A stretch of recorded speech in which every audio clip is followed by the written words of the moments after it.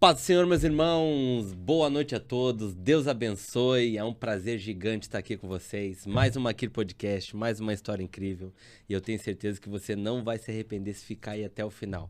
Aproveita aí, compartilha, curte, e vai ser uma honra ter você com a gente, porque você acionando o sininho lá, todo momento que você chegar algo novo, conteúdo novo do Aqui Podcast, você vai ser avisado, então, por favor, se inscreva no nosso canal. Quero agradecer aos nossos apoiadores, Demarca Empreendimento, Prensadão do Urso, Granado Corretor de Imóveis e Estúdio Barber. Você que quer se tornar nosso apoiador, por favor, vai ser uma honra ter vocês com a gente. Vai estar aí embaixo aí nossos contatos.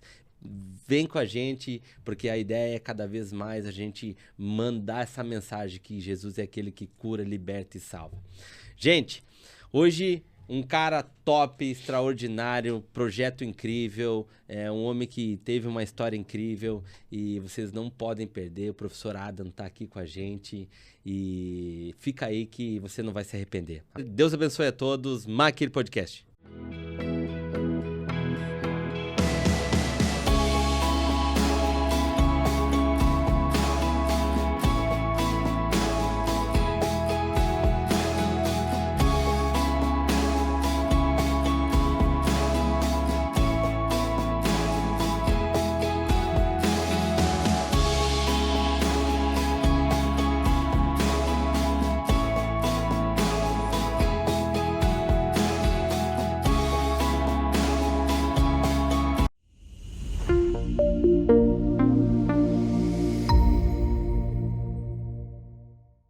Adam, Deus abençoe, meu mano. Amém, querido, cara, amém. prazerão. Amém. Professor Adam ou Adam? O que prefere? Professorada, pode ser professorada. Professorada. É que tá mais conhecida agora. Amém. Cara, prazer te conhecer, mano. Prazer te ter aqui, na realidade, que a gente já se conhece há um tempo. Seja bem-vindo no Maqui Podcast, mano. Amém. Obrigado, cara. Obrigado pela oportunidade. É uma vontade que eu já tinha há tempo. Alguns amigos já tiveram oportunidade. É, inclusive teu irmão, né, mano? E fui impactado pelas outras passagens que tiveram por aqui dos nossos amigos aí. Pra quem não conhece, o Adam é o irmão mais novo, Adam? Eu sou o caçula. Caçula. Sou o caçula. Do pastor Alex Canedia, um homem de Deus, um cara top, já passou por aqui também. E com certeza tem muito aí pra contar pra gente. Adam, me diz uma coisa, natural da onde? Eu nasci em Vinhedo, pertinho de Campinas, interior de São Paulo. Paulista. Mas eu me considero filho de Camboriú, porque eu cheguei muito novinho aqui, né? Nós viemos para Santa Catarina na década de 90 e em Camboriú nós chegamos em 92, 93. São Paulino também, Adam? São Paulino roxo, lá em casa não tinha, Deus não do tem céu. outra, não entrava outra. Lá em casa é quase religião lá em Mas casa. aí já veio o quê? De berço? De berço, meu pai São Paulino fanático. Meu pai era São Paulino fanático. Teve até uma situação uma vez que eu não lembro se foi o Wallace ou o Alexander, o Alexander que é o pastor Canida, Sim, né? Não lembro se foi o Wallace ou o Alexander que convidou um amigo para assistir um jogo lá em casa, era São Paulo e Corinthians ainda.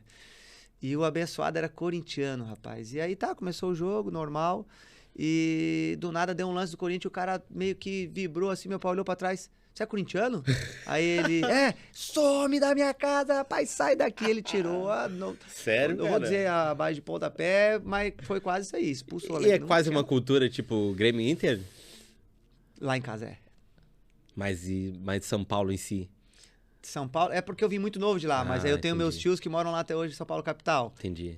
Cara, é loucura. São Paulo, Corinthians, São Paulo, Palmeiras. Teve uma época muito triste, aquela final da Taça São Paulo, que teve a briga da Independente com a Mancha Verde. Foi Ali feito manchou lá. a história, né, Foi dos feito clássicos. Ali você consegue mensurar a loucura que é. Quase um Atletiba no Paraná ali também, que Sim. também é sanguinário, ali é triste. Sim. Mas em São Paulo, esses clássicos paulistas lá, é tenso, cara. Imagino. Tenso. Adam, conta pra nós essa tua história aí, abençoada. Como é que foi essa chegada até Cristo? Como é que foi essa caminhada? Tu falou que chegou muito cedo, né? Em Camboriú? Chegamos. Cheguei cedinho, a gente passou muita dificuldade, nós morávamos em São Paulo, meu pai tinha nós tínhamos uma vida bem estável em São Paulo, em Valinhos, que é a cidade do ladinho de Vinhedo, onde eu nasci. Mas meu pai era um representante comercial, então ele viajava o Brasil todo. Em uma dessas viagens ele conheceu Santa Catarina. Sim. E se apaixonou. Quem não se apaixona, né? Verdade, Quem não se ainda mais essa apaixona. volta, né? E aí, em uma dessas viagens, ele conseguiu trazer minha mãe junto. Ele montava supermercados, assim, essas redes grandes de supermercado. Ele montava essas gôndolas, prateleiras, e ele era representante dessas empresas. E numa dessas viagens para Santa Catarina, se apaixonou e tomou como vontade de vida ali, um objetivo de vida, morar em Santa Catarina. E viemos primeiro para Itapema. A gente morou primeiro em Itapema. É a coisa mais linda na temporada. A hora que chegou o inverno, cara, é escassez total naquela época. Escassez total. Era quase deserto. Você andava na rua, não tinha ninguém. Tava todo mundo.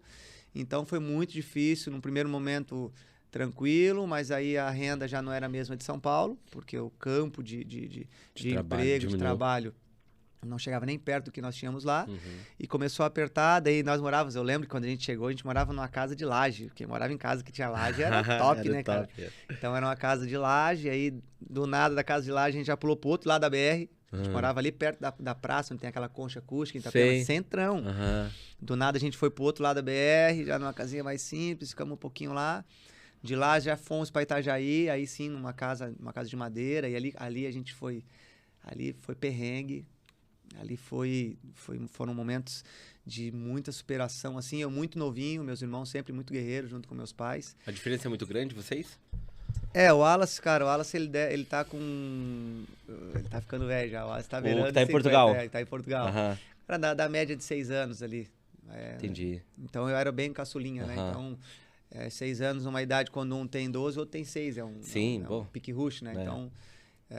tinha essa diferença e eles já vivendo na pele, né? Aí eles vivenciaram esse alto que era em São Paulo, uma vida mais estável, com viagens, passeios. E eu não mensurava isso, porque era muito pequenininho, então para mim não fazia tanta diferença. E aí em Itajaí sim foi muito difícil. E em uma dessas viagens que meu pai ia direto para São Paulo e voltavam, minha mãe tinha umas amigas e elas falavam: por que vocês não vendem coisa na praia? Vai na praia vender. E aí quebrou um tabu ali, porque de uma vida social bacana para vendedor ambulante, você tem que descer, né? Meu Deus, tem que ir lá vender. Só que minha mãe, graças a Deus, ela nunca teve isso. Minha mãe sempre vendedora, comunicativa. Já acelera o coração, né? Muito guerreira. E aí pegou uma caixinha de isopor, comprou uma caixinha de isopor, pegou umas latinhas de cerveja, refrigerante, água, pegou meus irmãos e fomos pra praia vender. E lavou de vender. E vendeu muito.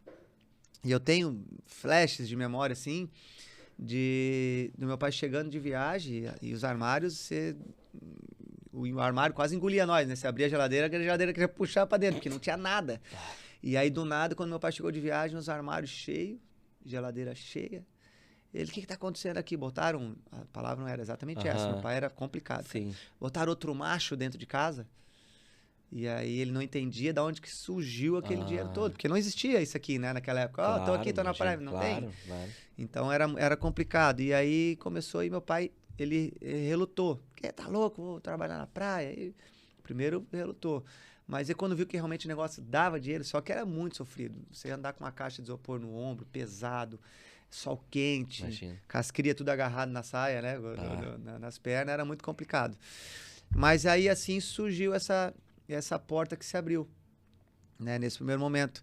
E aí a gente começava a vir, aí trabalhava nas praias de Itajaí, Atalaia, Cabeçudas. Sim. E aí, Balneário Camboriú é mina de dinheiro. Por que vocês não vão pra lá? Não vão pra lá? Só que era longe, pegava o ônibus. Era muito sofrido. Eu tenho flashes de memória, assim, de saindo muito cedo e chegando muito tarde, dependendo de ônibus lotado, cara. Então foi uma época bem sofrida mesmo. Mas Balneário Camboriú, os argentinos rasgando dinheiro naquela época, era dólar. Imagina. Peso e dólar era 1 por 1, mesmo valor. Então despejavam dinheiro aqui em Balneário Camboriú. Nem troco eles pediam, porque era muito. Para eles, muito barato. Muito barato. Então, e ali a gente conseguiu aproveitar aquele momento. E aí meu pai até foi engraçado, que ele começou a sondar alguns lugares, começamos a juntar um dinheirinho para comprar. E até ele foi na Praia Brava, naquela região da Praia Brava, naquela época, algumas regiões eram banhadas, era até perigoso. Ele falou, aqui, não vou comprar aqui, isso aqui nunca vai dar nada. Sério, mano? Mas Deus sabe todas as coisas, né, cara? Mas foi foi difícil. Aí nós fomos... Porque quem mora em grandes centros de São Paulo, os locais mais valorizados são perto de grandes avenidas. Ah, sim. Né? Então, quando a gente chegou no Monte Alegre, o Monte Alegre bem pertinho da BR, não Aham. tem grandes avenidas, mas tem a BR. Claro. Não, aqui é perto da praia e perto da BR. Aqui é o ponto. A Brava não, a Aham. Brava não era. A Brava não era. E aí acabou comprando lá no Monte Alegre, e aí desde 93, 92, 93, a gente reside lá e eu sempre muito apaixonado por futebol. Futebol sempre foi a minha vida. Meus irmãos também, mas por essa dificuldade financeira, eles não puderam tentar como eu tentei. Entendi.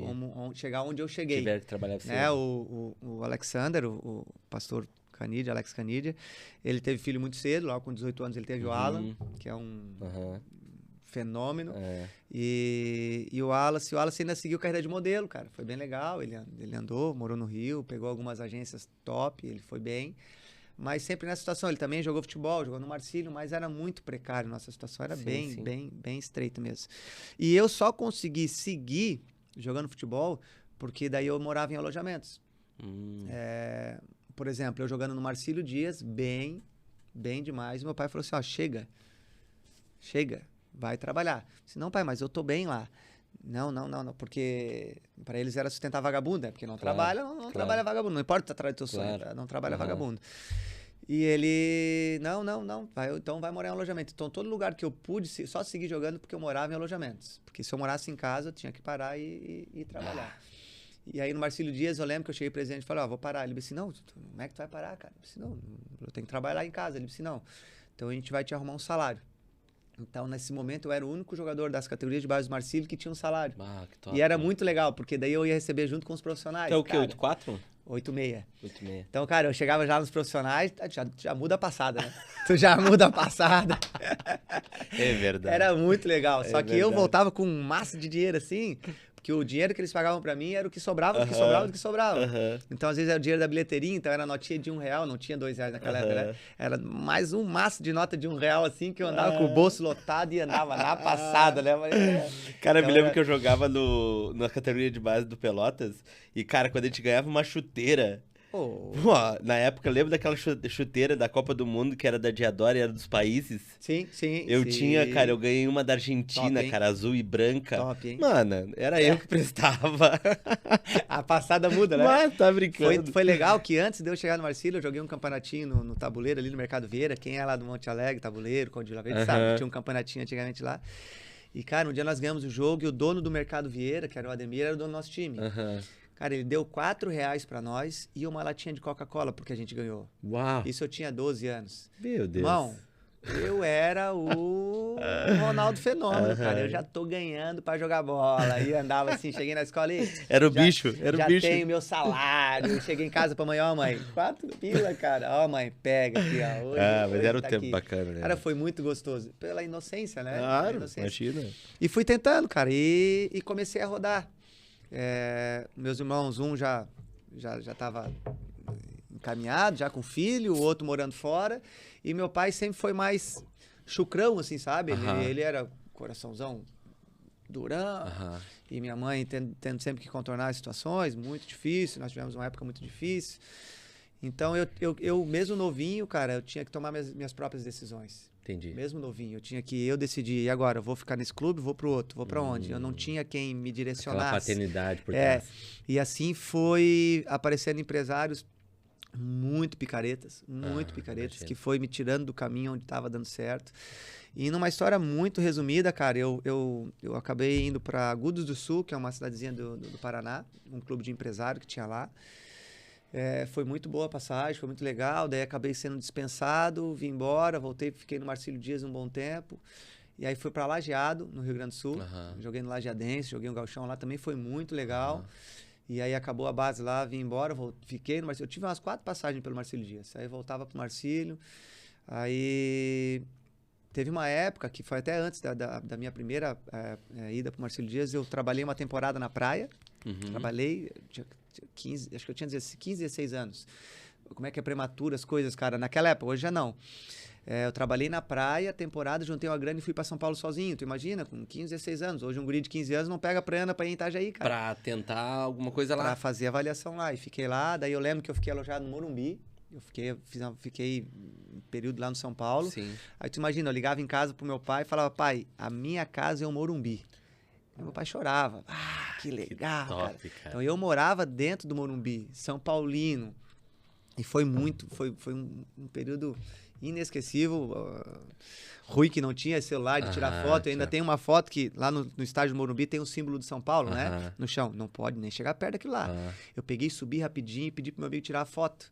Só que foto de rolo de filme, né? Que tem que revelar. A benção queimou no meio, cara. Ficou só a metade, eu tenho até hoje, sério, né? E era filmezinho de 12 poses, né? Que era caro aquela época. Era caro pra tirar foto, né? Ah, tira mais uma, porque... Tanto que hoje falam, tira mais uma pra ver se, pra garantir, porque antigamente queimava, né? Sim. Então, mas não tinha como tirar mais uma, senão era 12 fotinhos só e a benção queimou bem no meio. Eu tenho metade dela, então eu tenho meia lembrança. Meia lembrança. E fiquei um período lá, daí saí, aí fui pro São Caetano, naquela época, boa de São Caetano. Tinha ganhado do Boca Juniors na Libertadores, lembra? Claro. Naquela época eu tive no São Caetano.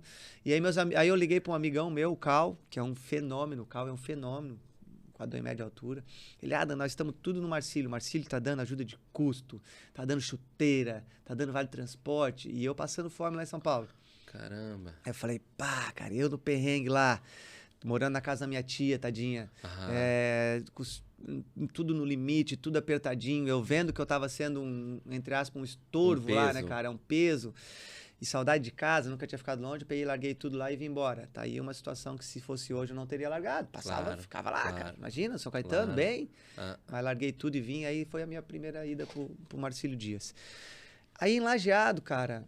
Em Lajeado foi... Agora eu vou entrar a gente vai entrar pra um caminho que realmente impactou a minha vida e foi um divisor de águas.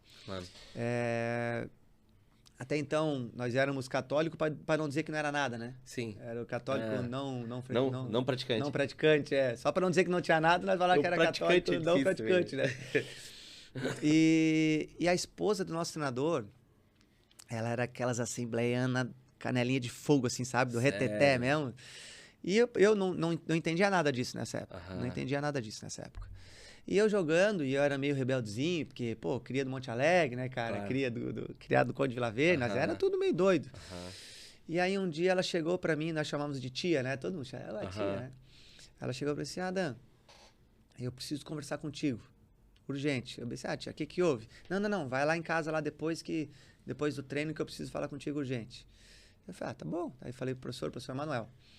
Ele era lá do norte, ele é um casal lá do norte. Nunca mais vi. Falei, professor, vou lá hoje. Ah, beleza, vai lá. Aí fui. Aí ela sentou, daí ela olhava pra mim assim, olhava. Aí ela... Filho, eu falei, fala, tia, tudo bem? Eu falei, tudo bem. Ela, eu preciso te falar uma coisa que tá ardendo no meu coração e eu tenho que te contar. Tia, tá bom. E eu morrendo de medo. Será que eu fiz alguma coisa, né, cara? Eu morrendo de medo. Porque eu tinha feito, né? Sim. Tinha brigado com o menino. Eu falei, acho que caguetaram. Vai revelar. Caguetaram, batia. Eu desesperado. E ela assim, filha, é que Deus falou comigo em sonhos e falou de novo. Daí eu, mano, o mundo todo pra Deus cuidar. Gente passando fome. Vai olhar pra mim. Deus vai parar pra falar com essa... Um pensamento, claro, óbvio que eu não falei isso pra ela, né? Pra falar com essa tia aqui de mim. Aí eu falo, tia, é mesmo? Ela é. O que deu, tia? Aí você imagina, eu com 16 para 17 anos, morando sozinho, eu já namorava com a Jenny, com a minha atual esposa, morrendo de saudade, escutando CD do Bruno Marrone, chorando, escrevendo carta. Escrevia carta, mano. Carta mesmo. Então já, vocês são da antiga já, tu e a Tá maluco, 20 anos já, cara. Caramba, mais de 20 anos. Então de novinho, 17, namoro de novinho. 17 aninhos, ela tinha 15. Caramba, mano. E eu lá, enlajeado, um calor danado lá. Meu Deus, escrevendo carta, escutando o Bruno Marrone, chorando, morrendo de vontade. Aí a tia assim pra mim, Deus falou pra mim em sonhos e falou de novo. E eu orei pra confirmar e ele confirmou que não é isso que Deus quer pra tua vida. Cara. Mano, eu com 17 anos, voando. Nós jogando gauchão. Aquela semana nós tinha atropelado o Juventude. E Juventude naquela época, gigante. Gauchão Série de A que do ano? Brasileirão. Ah, mano. 2000? 2 por aí. Isso, júnior, né? Não Aham. profissional. No júnior, Sim, né? sim. 2004, eu acho. Deve ter sido 3 ou 4. Aham. Porque 5 eu tava em Manaus. Voando, uma moral do caramba. Estrela do time. Aham. Aí a tia vem falar pra mim que Deus não queria aquilo pra minha vida. Daí eu já, tá bom. Daí, tia. Mas Deus quer te usar. E Ele vai te usar nesse meio com jovens, com crianças. Mano, eu não gostava de criança. Que como eu era o caçula, toda a casa que nós ia, ou visitas que nós recebíamos, como eu era o menor, eu tinha que ficar cuidando dos menores. Cara, pra mim era um saco aquilo, né? Lá vem aquele xaropinho, né? E aí outra que quando chegava as visitas, né? Que bonitinho como ele tá lindo. Então aquilo pra mim era horrível, eu não gostava, eu ficava muito mal. Aí na minha cabeça tava batendo assim, cara, eu cuidar de criança?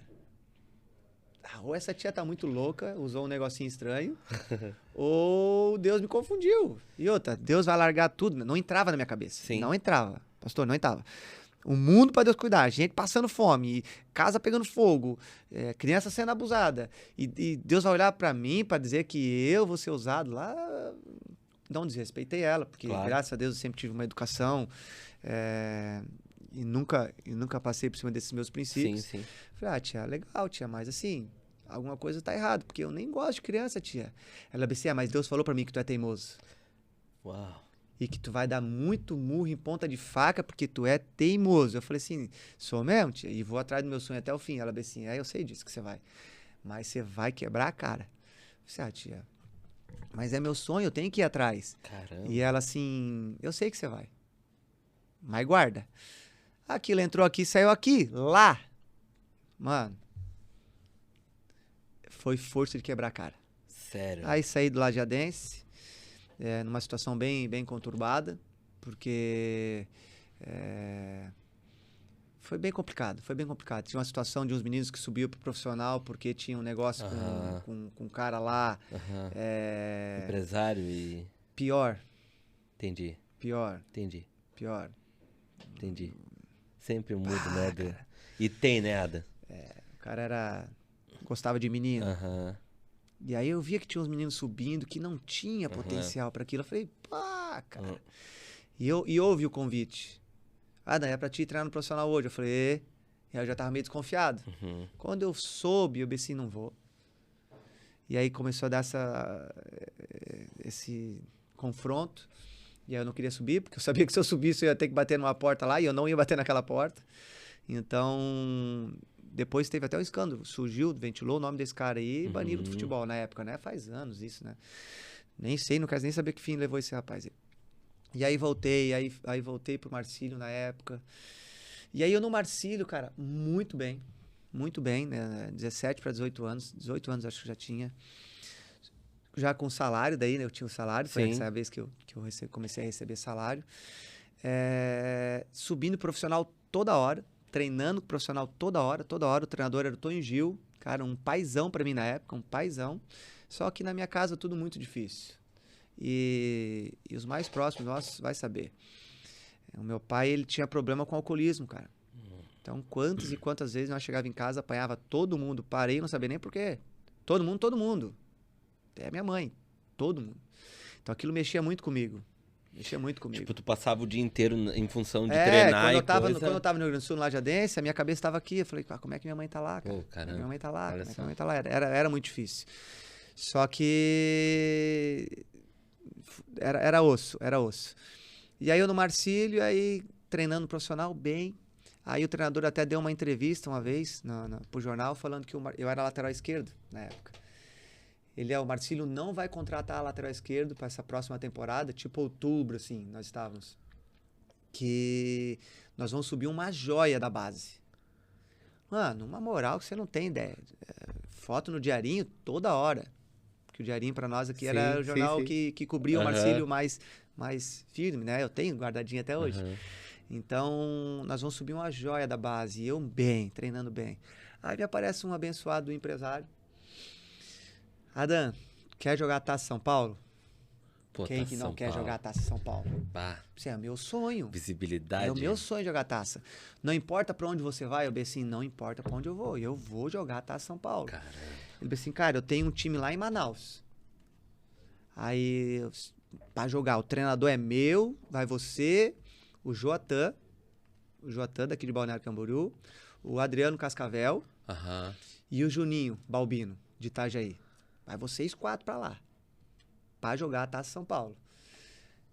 O Juninho, muito bem, o Juninho já tava consolidado no profissional do Marcílio, Aham. o Marcílio voando também. O Joatan e o Casca também muito bem. E eu, com a promessa certa já, o contrato batido, era só assinar. Se eu tivesse um Adam pra falar assim, fica quieto, rapaz, o que tu quer cheirar lá do outro lado, Já cara? tava jogando Tu tá encaminhado. profissional. Mano, um chutinho que eu dou com 18 anos no profissional, Sim. acabou. Aham. Um Figueirense, um Avaí, um Criciúma, que era Claro. tudo Série A na época, Aham. Joinville, Série A. Sim. Futebol catarinense bombando naquela Até porque época. tava te botando em evidência, né? Te Pá, falando tu tá tudo. louco, cara. O futebol catarinense com 4 times na Série A. Que loucura. Loucura. Não tinha. Eu queria era assumir, eu gostava muito de ficar longe, porque era perrengue ficar aqui. Ah, claro. E aí eu falei, eu vou. Aí você vai mesmo? Eu vou. E os boca aberta do Cascavel e do Joatan e do Juninho também foram. E a gente encarou. Até então tudo muito legal, passagem de avião, tudo. Fugi do Marcílio, não falei nada. Não comuniquei o clube, foi muito... Era menino, cara, eu era menino. Não Entendi. tinha alguém, não, tu tem que fazer assim. Tu tem que procurar. Mesmo que tu saia pela porta da frente, que se der alguma coisa errada, tu tem onde voltar. Claro. Meti o pé. E aí, chegamos lá de manhã, de tarde fomos pro treino, treinamos bem. Naquela noite, o treinador, que era do nosso empresário, caiu. E o diretor da base caiu junto. E veio um cara do Paraná e levou todo o time que ia disputar a taça junto com ele, do Paraná. Todos os cupichinha dele, né? Sim. E é a coisa mais natural do mundo. Claro, futebol. normal. Mais natural do mundo. Aham. Alguns meninos ficaram. O Juninho ficou no Nacional, era o Nacional, que era um time grande de Manaus.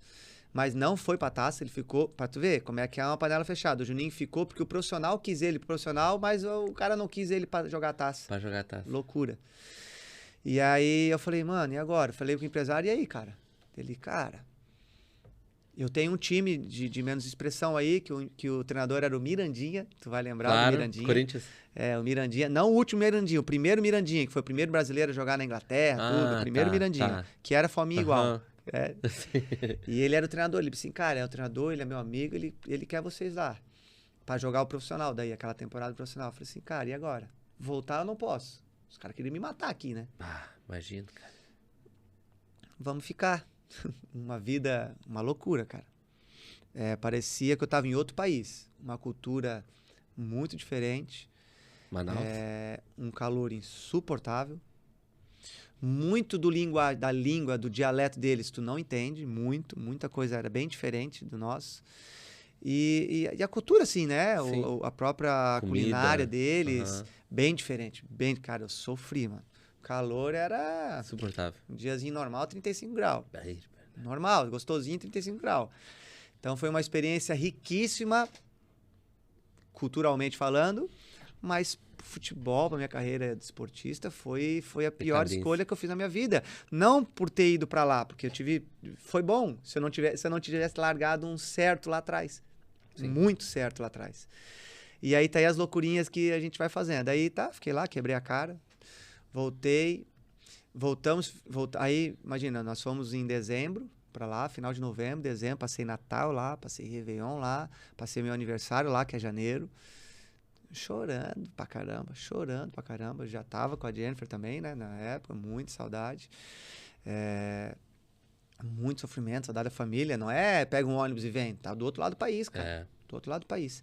De ponta a ponta, praticamente. Longe pra dedéu. Eu falo que eu brinco, né? Que o futebol não me deu riqueza, não me deu fama, mas me deu oportunidade de conhecer o Brasil todo. Eu conheço desde as pessoas falam do Oiapoque, Chuí, eu falo de Alegrete, que é lá no finalzinho do Rio Grande do Sul, até Itacoatiara, que é uma cidadezinha que... Jogasse FEPAM lá? Joguei fã de Alegrete. É. Até Itacoatiara e outras cidades lá do Amazonas lá, que só chega de barco ou de avião. Loucura, loucura. Então foi muito bom culturalmente falando, Sim. assim, né? Aprendi muito. Mas porrada, os murros em ponta de faca, Sim. né? Que até então não passava pela cabeça, não lembrava. Descemos, ele, ó, tu vai ficar direto num clube no Paraná, em Curitiba, que era o Renault Vicente. Que era também um clube de empresários. Na época, os empresários estavam tocando lá, eram os mesmos do Luiz Fabiano, que estava no Sevilha, voando na época e tal. Sim. Chegamos de manhã, fomos pro treino de tarde, eu tava voando, mano. Daí lá o Mirandinha me colocou pra meio campo. Aí eu virei meia esquerda, né? Saí da lateral, fui pra meia.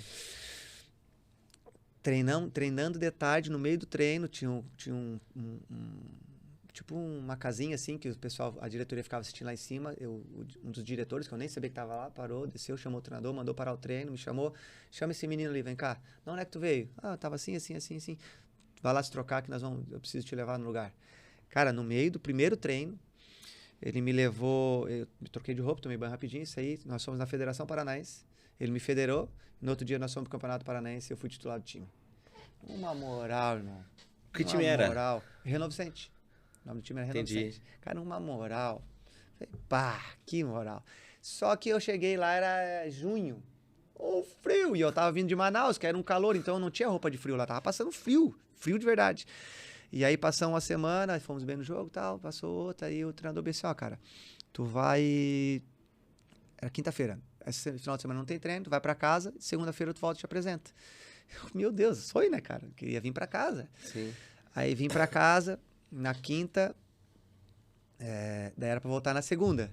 Eu voltei na outra segunda. Cabeçudo, cara. Era muito cabeçudo. E assim, como eu já tinha um relacionamento sério com a minha esposa atual agora, cara, na maioria das vezes eu dormia lá na casa dela já, a gente passou muito tempo junto, e já era mais que um namoro, era um relacionamento sério, assim, né? Beleza. Daí voltei na outra segunda, o pau pegou, né, cara? Aí me queimei, os caras, aí caí, aí teve jogos que eu não pegava lista pro jogo, só que eu era muito marrento, e então dane-se. Daí não treinava direito, aí foi. Mas mesmo assim, eles insistiam em mim. Até que um dia minha esposa ligou e falou assim, ó, atrasou aqui o negócio, tô grávida. Pá, cara, eu não acredito. Que idade tinha era? recuperado a titularidade do time, jogando bem. Ela tinha 16 anos, né, cara? E tu, 17, 18 anos. Falei, mano, como é que eu falo isso pro meu pai? Ele me mata. Ele me mata. Então, assim, ó, nada me tiraria do futebol não fosse a perda de alguém ou a vinda de alguém. E aí eu cheguei pra tia, que é tudo tia, né? Nos times é tudo tia. Cheguei pra tia, que era a esposa do presidente. Falei, tia, eu vou ter que ir embora. Ela, o que aconteceu? Assim, a minha namorada lá, ela tá grávida. Ela, não, mas não tem ninguém pra cuidar. Eu assim, eu fui homem pra fazer. Eu não tenho como chegar em casa e falar pro meu pai, ó, pai, segura as pontas aqui pra mim, que ele me arranca a cabeça fora. Não foi a educação que ele me deu. Eu sou homem à moda antiga, né? Tenho que assumir, tenho que ir, porque ela tem 16 anos, é uma criança. E agora? Cara, eu chorava tanto. Eu vim no ônibus chorando. O preparador de goleiro me levou até a rodoviária. Eu fui chorando absurdamente, sim, chorando demais. Chorava. Quando eu cheguei aqui, daí eu tinha que me comportar como homem, né? E aí foi, cara, e passou um tempinho, daí ela acabou tendo um aborto espontâneo. Perdemos. Ali, pra mim, chega. Falei, não era pra ser. E a família da Jenny, tu conhece, o pastor Kleber, todos eles cristãos, evangélicos, e na época na igreja do pastor Joel, quadrangular. Sim. E daí eu comecei a fazer umas visitinhas, ia pra lá, não ia. E comecei a gostar e foi. Chegou em 2008, aí eu comecei a trabalhava no hotel Vila do Mar, aqui na beira da praia.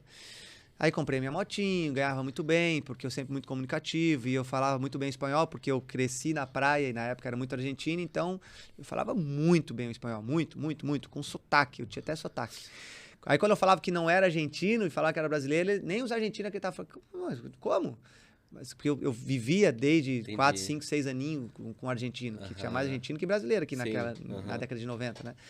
E aí, quando eu trabalhei no hotel, a gente pegava muitos argentinos, então, cara, ganhava muito. Tinha meses que eu ganhava mais gorjeta do que o próprio salário. Então, eu não queria saber de mais nada, eu queria do meu dinheirinho e tal. E aí, em 2008, o Gilvan e o seu Altamir Montebello me chamou, Adam, tu não pode parar de jogar bola. vem pro Camboriú.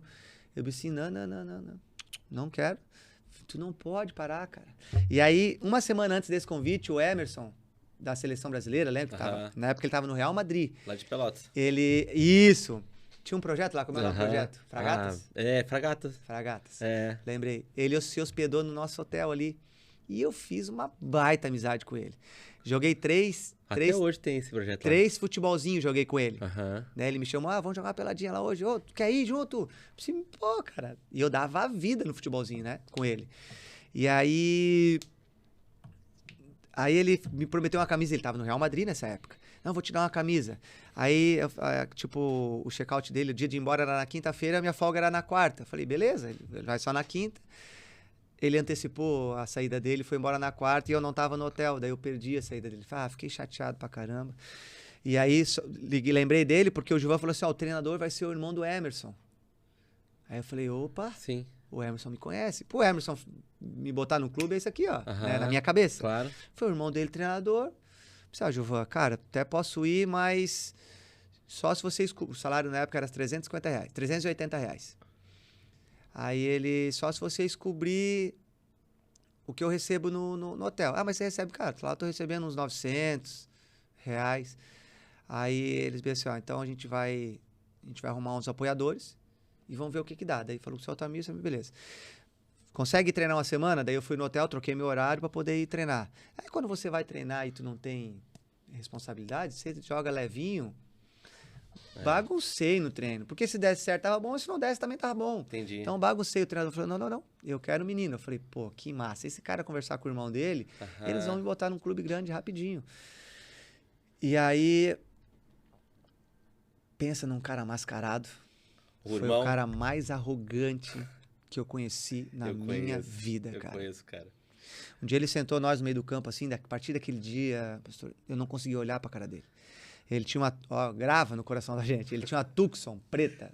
Lançamentaço na época. Que o Emerson tinha dado pra ele. O Fragatas, ele criou pra esse cara ter o que fazer da vida, porque ele não fazia nada da vida.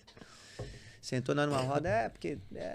aquele sotacão gaúcho que já é muito forçado, né? Tu já fica... Meu irmão tá lá no Real Madrid... Era pra eu estar lá. Sabe quando você tá cutucando a grama, assim, na viajada, assim? Era meu irmão tá lá, era pra eu estar lá, eu fiz assim. Eu falei, é o quê? Porque quando a gente foi fazer a avaliação lá, eu era meia de um lado e ele volante do outro. E ele sempre pegador, ele deu uma pegada em mim, pegou a bola e acabou me tirando. Ele, era pra eu estar onde ele tá. Caramba. E, assim... Em outras palavras, cara, aquilo me atravessou, me fez um mal, cara. O cara tava sustentando ele, cara. Não prestou mais, eu não conseguia ouvir ele falar que aquilo me fazia mal. Então, dali pra frente, foi só pra trás. Futebol, quando entra nessas trairagens, vou te contar, cara, foi muito ruim. Aí nós tínhamos um menino, Rodolfo, que hoje já não é mais menino. Ele tinha recém chegado do Paris Saint-Germain, cara. Cria nosso lá de Camboriú. Depois ele deixou o Rodolfo no banco pra botar um menininho que ele trouxe do time dele lá, um parceirinho dele, que ia pra noite, toda noite, e deixou o Rodolfo no banco pra botar... Cara, aquilo começa a te enojar, que eu já não tava mais nem aí pra nada. Cara, não era na época que, tipo, o Jorge tava aqui, o zagueiro, aquele, o Eduardo, que jogava no Pelotas? Eu acho que era essa época aí. Cara, pode ser. Edson o nome dele, né? É isso. Edson é o irmão do Emerson. Cara, boçal, cara. Boçal. E aí eu peguei, porque eu vou romper o contrato de quem não quiser o que lá. Daí um dia eu peguei uma enchente, não consegui chegar no treino, daí cheguei lá tarde, ele quis convidar de dedo em mim. E, mano, nós não é criado, né? Daí eu dei um atropelão nele, aí até o seu Altamir, tinha um outro senhorzinho lá, veio e separou. Porque eu não engolia sapo daquele cara, porque ele já, não, pra mim, não era... Não, daí saí muito chateado com tudo que aconteceu. E num dos cultos, eu indo na igreja, cara, eu olhando assim, daí eu falei assim, a tia veio na cabeça. Aí eu falei assim, cara, eu fui teimoso pra caramba. Eu sofri, eu passei fome, eu passei frio, passei raiva, errei. Não vou dizer que não errei muito. Todo time que eu fui, eu arrumei confusão, porque eu era muito explosivo. E eu gostava da coisa muito certinho, muito certinho. Nunca fui de panela, nunca gostei de panela, sempre ficava com os menos favorecidos. E aí veio, cara, aquela profecia da tia lá atrás. Eu falei, tá bom. Até então se cumpriu da parte de eu ser teimoso e murro em ponta de faca. E comecei a ir na Igreja Luz da Vida. Fui na Quadrangular um pouquinho e comecei na Luz da Vida. Aí comecei a fazer parte, gostar. Daí meu irmão também começou a ir. E a Igreja Luz da Vida tinha um projeto, uma escolinha de futebol. E quem fazia o projeto lá era um ex-dependente químico. Eles faziam ali do lado do crematório, num campo que tem ali na Marginal. Sei. Perto da Avantes ali. Sei. E esse rapaz, ele teve uma recaída e vendeu todo o material que tinha. Caramba. Ele perdeu, aí acabou o projeto, vendeu tudo. E aí eu falei com meu irmão, vamos falar com o pastor Charles, ver se ele não abraça. Daí a gente foi, apresentou, pastor, parei de jogar agora, tal, eu acho que dá certo, cara. E ele, apaixonado por futebol também, ele, pode ir, bora. E quando eu me vi, eu tava lá no meio de um monte de criança. Fazendo. No meio de um monte de criança. Apaixonadaço pelo que eu fazia. E aprendi a lidar. E, cara, e são 14 anos, indo pro 15º ano agora, top, trabalhando com criança, no distrito do Monte Alegre. Perdi muitos meninos, assim, pro mundão, pro crime. Mas eu tenho certeza, cara, hoje eu encontro meninos na rua que eles falam assim, professor, se não fosse o senhor, não sei o que tinha sido da minha vida. Uau. Então, assim, ó, muito legal, muito legal. Professor, se eu não tivesse... porque foi por mim, eu queria fazer por eles o que ninguém fez por mim. Claro. Da minha geração, os meus amigos que não seguiram no esporte, muitos ou estão mortos ou estão presos. Muitos.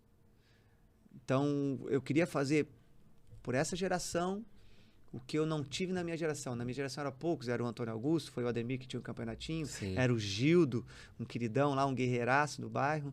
Então, não tinha o que, como tem hoje tem muitos. Sim. Mas na época não tinha, então eu falei assim, eu vou fazer por eles o que ninguém fez por mim.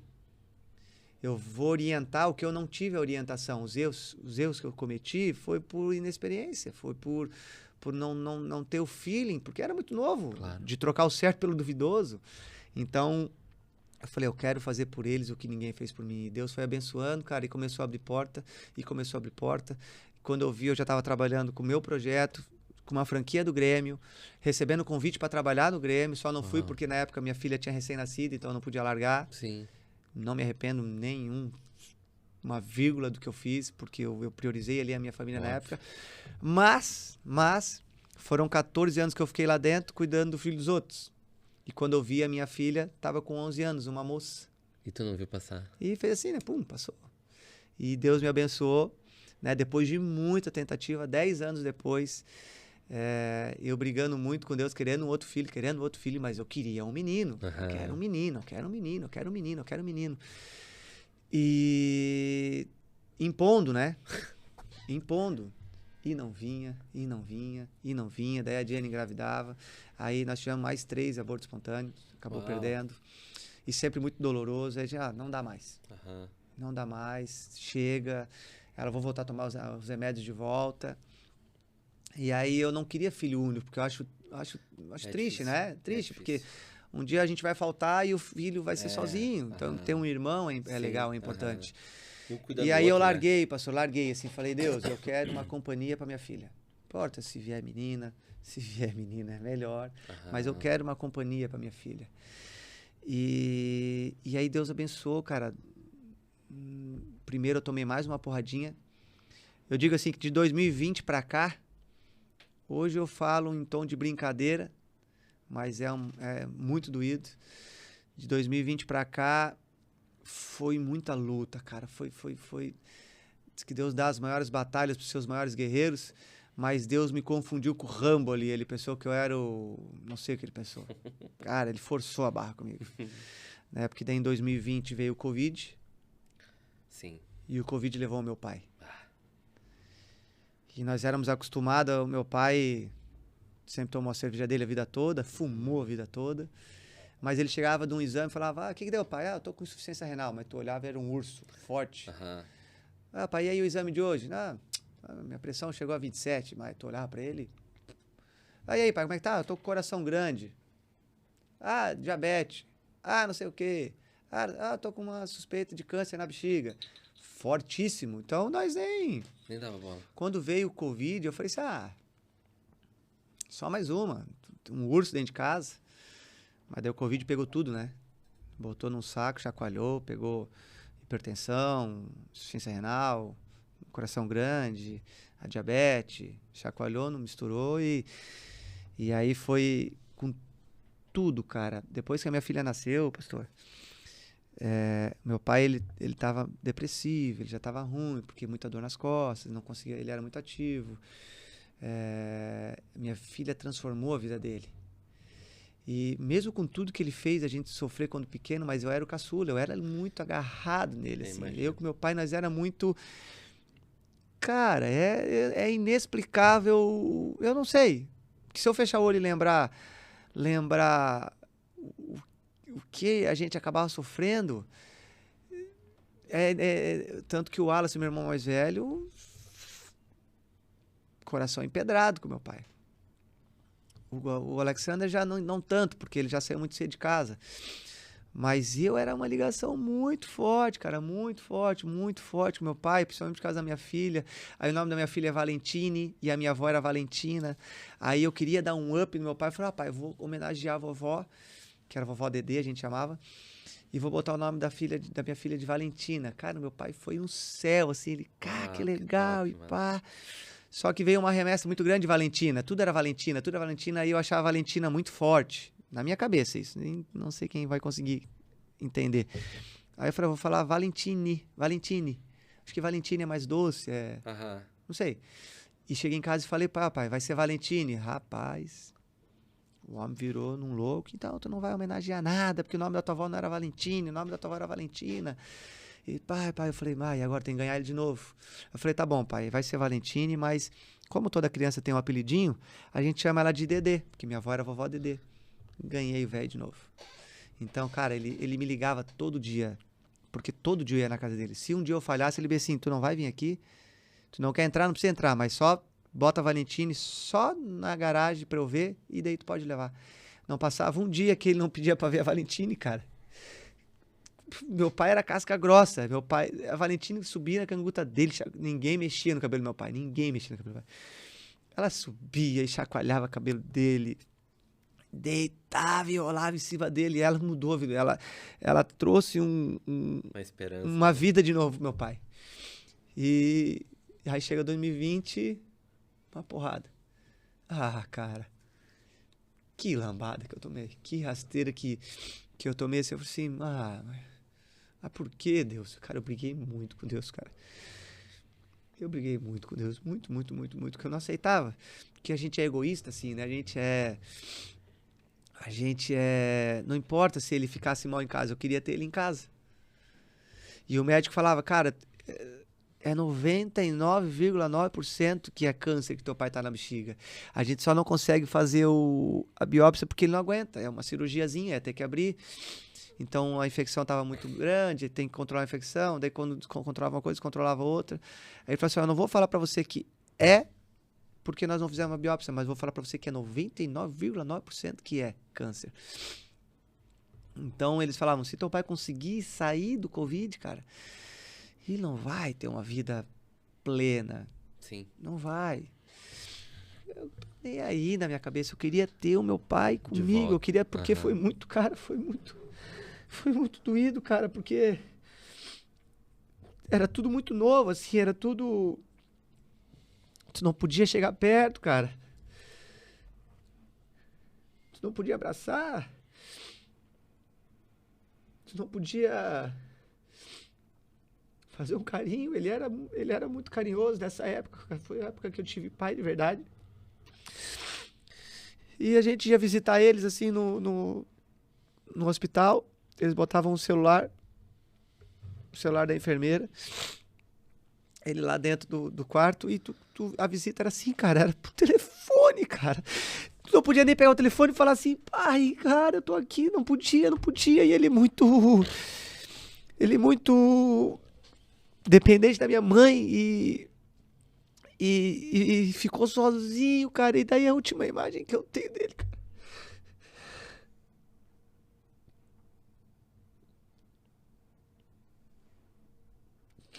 É difícil, né?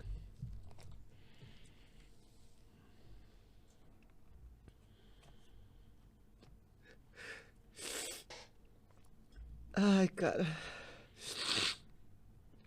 Ele tava com a máscara assim no rosto. Porque como ele tinha... A única coisa que eles tinham como tratamento era hidroxicloroquina, azitromicina, entubar. E todos esses remédios ele não podia tomar, porque ele tinha pressão alta, ele tinha o coração grande, ele não podia... Ele não podia. Tava limitado por causa disso. Então a única coisa que ele se entubasse, ele não aguentava. Ele não ia voltar. Não ia ter forças. Ele não podia fazer hemodiálise, porque ele também não aguentaria. Então, todo tratamento possível para quem estava naquela situação, ele não suportaria. Então, a única coisa que fizeram nele foi botar um tubinho de oxigênio aqui, que depois já não era suficiente, botaram uma máscara. E na cabeça dele, eu creio que ele achava que aquela máscara estava... Cara, eu olhando no meu pai assim, ele tentando arrancar aquela máscara num desespero assim... cara, eu queria mergulhar dentro daquele celular e acalmar ele, fazer um carinho nele, queria estar grudado nele, porque ele não teve um sofrimento carnal. Carnal ele não teve. Mas tu imagina o coraçãozinho dele, cara, sozinho. A minha filha fez um desenho com um urso bem grandão assim. E ela, tipo, um coração, e ela falava que aquele coração era o presente que ela tava dando pra ele poder sair de lá. Aí eu pedi pra enfermeira colar assim, cara, na parede assim pra ele. Ele olhava aquilo lá todo dia, chorava, pedia. Então a dor maior foi essa de não poder ter dado um abraço, não poder ter estado com ele e falar assim, pai, tô aqui, tá? Eu não te abandonei, eu tô aqui contigo. A mãe não te abandonou, a gente tá aqui contigo. Só que não podia. Então foi essa dor, essa foi uma guerra que eu tive com Deus, que eu falei assim, cara, por quê, cara?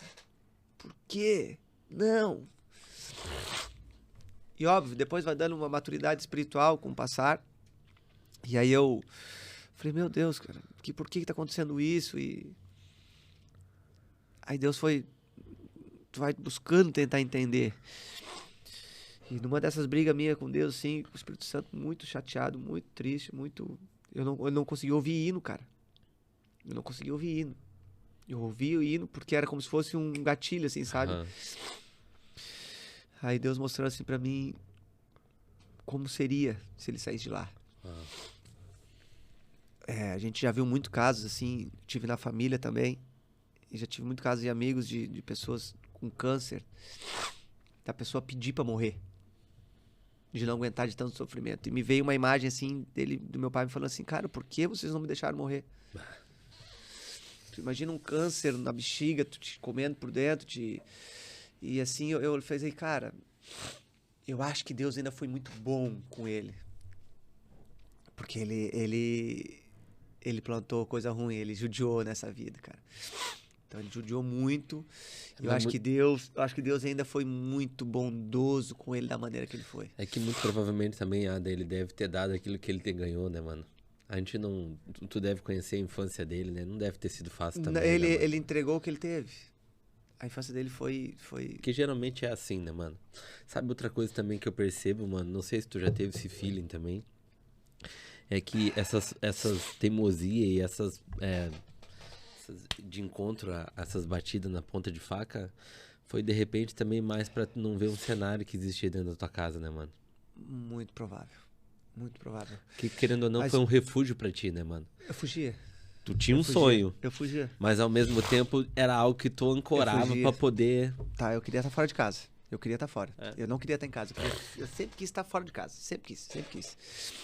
Óbvio, hoje com a maturidade que a gente tem, com todas as porradas que a gente foi tomando, tu entende que tudo tem um porquê. Uhum. Eu sempre tive bronquite a minha vida toda. E quando as pessoas têm crise de asma, hoje eu já não tive mais, né? Mas quando as pessoas têm crise de asma, às vezes quase morrem porque não sabem como lidar. E como eu tive bronquite a minha vida todinha, quando veio o Covid, é muito semelhante. Então as pessoas não conseguiam respirar, quase morria. Eu tive bronquite, eu sabia como lidar, cara. Então todo mundo morrendo, não no sentido literal da palavra, mas todo mundo muito mal. E eu inteirão, com Covid. Teve Covid? Pô, parecia que tinha uma espada espetando no meu pulmão. Sério, aqui, querendo me matar. Mas eu sabia como lidar. Porque eu tive bronquite a vida toda.